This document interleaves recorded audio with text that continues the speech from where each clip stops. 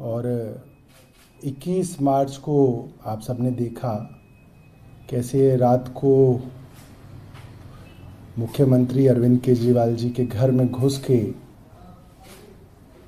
केंद्र सरकार की ईडी उनको गिरफ्तार करके ले गई और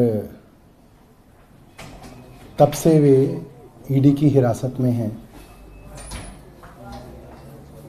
कोई साधारण आदमी भी इस तरीके से गिरफ्तार हो जाए तो उसकी चिंताएं रहती हैं, पत्नी का क्या है, बच्चों का क्या है, कौन वकील किया जाए, कैसे बेल ली जाए, क्या बहस हो रही है। और हमारे अरविंद केजरीवाल जी ऐसे मुख्यमंत्री हैं, ऐसी मिट्टी के बने हैं कि वहाँ ईडी की हिरासत में भी उनको ये लगा हुआ है कि कहीं ऐसा तो नहीं कि मैं हिरासत में चला जाऊं और पीछे से दिल्ली के लोगों की परेशानियां बढ़ जाएं। और एक विषय उनके दिल के हमेशा बड़ा करीब रहा, दिल्ली की स्वास्थ्य व्यवस्थाएं, कि दिल्ली के अस्पतालों में समय पे इलाज मिले, गरीब को भी मिले, मिडिल क्लास को भी मिले, मुफ्त इलाज मिले, मुफ्त दवा मिले, मुफ्त टेस्ट मिले। मुझे याद है कि जब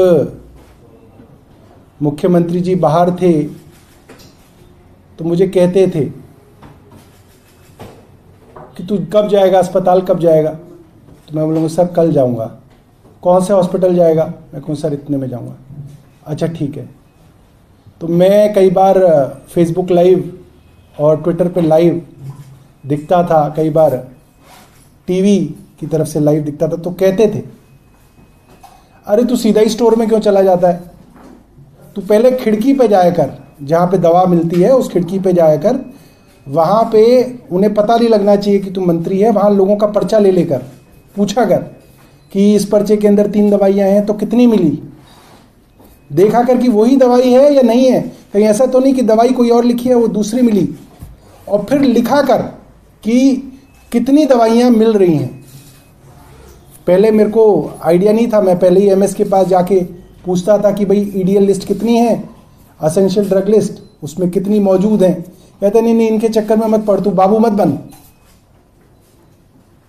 पहले खिड़की पे जाया कर। और देखते थे, हर वीडियो को देख के कहते थे कि यहाँ पे तो ये दवाई नहीं थी, तो क्या किया? फिर मैं बताता था कि ऐसे किया, ऐसे किया। और मोहल्ला क्लिनिक्स के विषय में कई बार लोग डायरेक्ट शिकायत कर देते थे, तो पूछते थे कि ये मोहल्ला क्लिनिक यहाँ पे है, इसमें तो इतने दिनों से डॉक्टर नहीं है। क्यों नहीं है? इतने दिनों से है तो अफसर ने क्या कार्रवाई की, तुमने क्या किया? एक एक चीज का ध्यान रखते थे।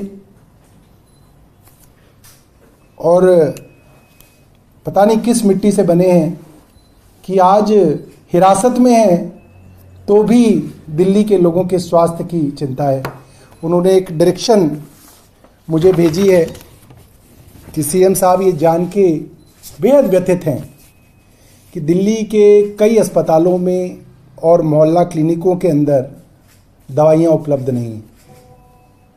कुछ अस्पतालों में, मोहल्ला क्लिनिकों के अंदर जो मुफ्त टेस्ट होते हैं, जो मुफ्त ब्लड टेस्ट होते हैं और सैंपल्स होते हैं, वो उपलब्ध नहीं हैं।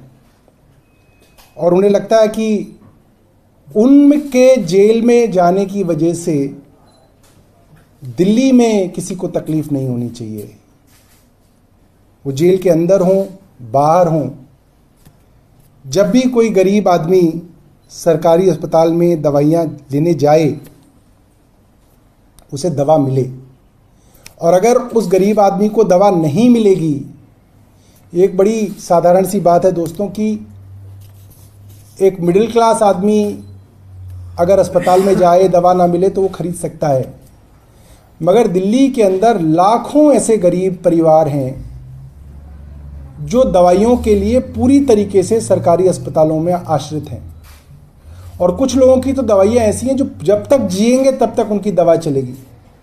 किडनी की जिनको बीमारियां हैं, जब तक जिएंगे तब तक डायलिसिस होगा, जब तक जिएंगे दवा चलेगी। ब्लड प्रेशर की दवा है, डायबिटीज़ की दवा है।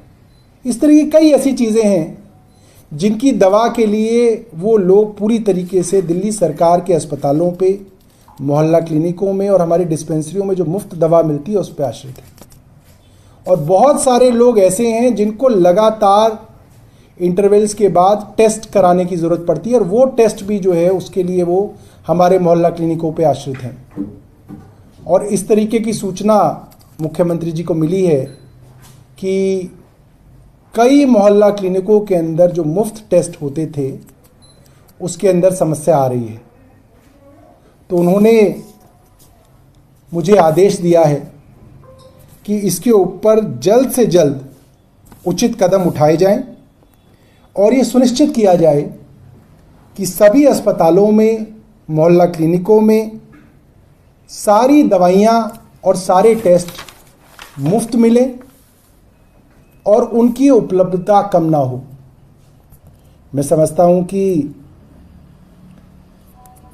उनका निर्देश तो हमारे लिए भगवान की आज्ञा जैसा है, और इसके ऊपर युद्ध स्तर पे मेरा विभाग और मैं मिलकर कार्रवाई करेंगे। और मैं अरविंद केजरीवाल जी की तरफ से सभी दिल्ली के लोगों को ये आश्वस्त करना चाहता हूँ कि आपका मुख्यमंत्री चाहे जेल में है, मगर सोच वो सिर्फ आपके लिए रहा है, सिर्फ और सिर्फ जनता के लिए मुख्यमंत्री सोच रहे हैं। और उनकी चिंता यही है कि उनके जाने के बाद पीछे कोई व्यवस्था खराब ना हो।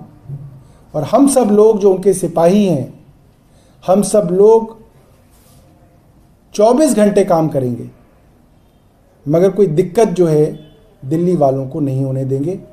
ऐसी मुख्यमंत्री जी की इच्छा है और हमारे लिए ये भगवान की आज्ञा जैसा है। बहुत बहुत धन्यवाद।